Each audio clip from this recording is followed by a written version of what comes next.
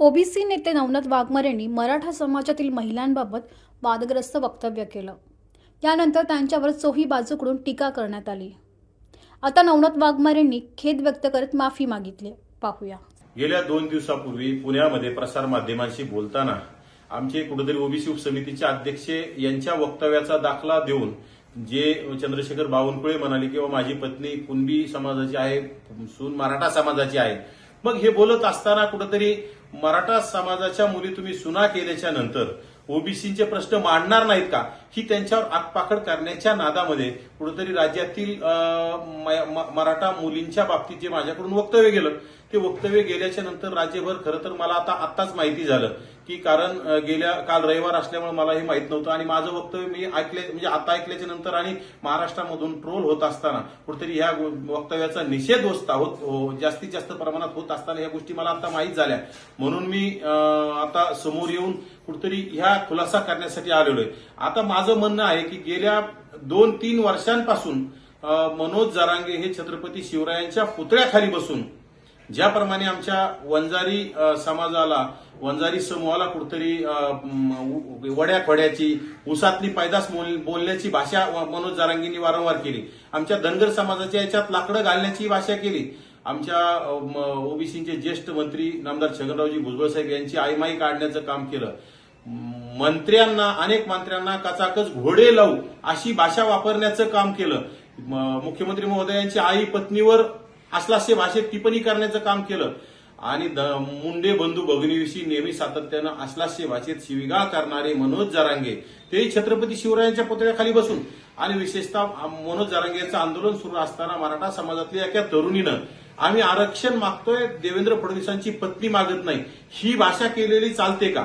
विशेषतः आता चंद्रशेखरजी बावनकुळे आमच्या ओबीसी उपसमितीचे अध्यक्ष यांच्या आईनं त्यांना गरम दूध पाजल्यामुळं कुठेतरी त्यांचे होठ मोठे झालेत. मग मनोज जरांगे आणि या खरं तर मराठा सेवक असतील आणि ट्रोलर्सला माझं विनंती आहे की कुणाच्या आईच्या उदरातून गरम दूध येतंय का हे मनोज जरांगेंनी सांगितलं पाहिजे आणि ट्रोलर्सनी बी सांगितलं पाहिजे. आणि आज मनोज जरांगे कुठेतरी गॅलेक्सी हॉस्पिटलवरून बोलताना माझ्या बाबतीत सुद्धा ओढ्या खोड्याची पैदास म्हणून गेले.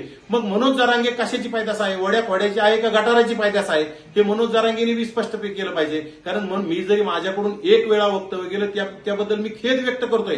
माझ्या माता माऊल्यांचा अवमान होत असेल तर आम्ही कधी कानाला धरून माफी येणाऱ्या काळात मागू.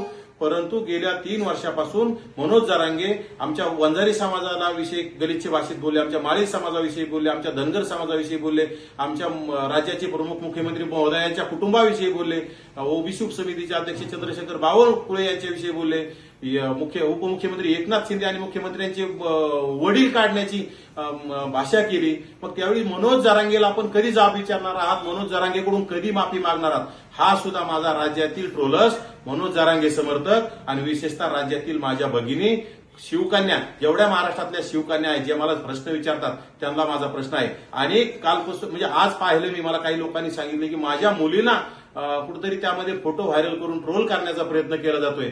तो चूक माझी आहे, मला ट्रोल केलं मला त्याचं काही वाटणार नाही. परंतु माझ्या मुलीला तुम्ही ट्रोल करताय, तुम्ही छत्रपती शिवाजी महाराजांचे वारस म्हणून घेता.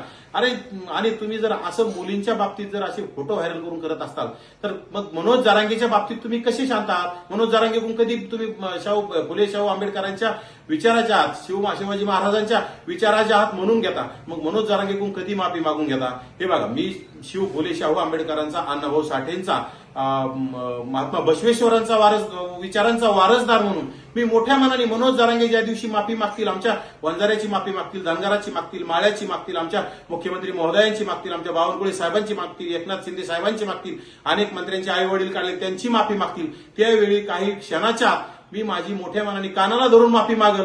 परंतु ज्या मी पुण्यातून बोलून गेलोय त्याचा मला अत्यंत खेद आहे. बोलण्याची माझा कुठलाही मानसिकता नव्हती, बोलण्याच्या ओघात मी बोलून गेलो. त्याबद्दल माझ्या राज्यातील बहिणीनं कुठेतरी मला पदरात घ्यावं आणि कुठेतरी हे समजावून घ्यावं. परंतु मनोज जरांगेच्या बाबतीत सुद्धा आपण मला जसं ट्रोल केलं तसं मनोज जरांगेला सुद्धा केलं पाहिजे. आणि येणाऱ्या काळात मनोज जरांगेने माफी मागितली, मी कानाला धरून माफी मागल. आणि येणाऱ्या काळात माझ्या भगिनीविषयी माझ्याकडून कधीही अपशब्द निघणार नाहीत आणि निघण्याचा माझ्याकडून प्रश्नही नाही. आजपर्यंत पर्यंत सुद्धा निघले नाहीत असं माझं मी वारंवार सांगतोय. परंतु मनोज जरांगेला माझा मूळ तुम्हाला प्रश्न आहे की मनोज जरांगेला तुम्ही कधी ट्रोल करणार आहात, मनोज जरांगेला कधी जाब विचारणार आहात आणि मनोज जरांगेकडून कधी माफी मागणार आहात. त्याच्या काही क्षणात मी माझी माफी मागायला तयार आहे, परंतु मी आता खेद व्यक्त करतो आणि थांबतो.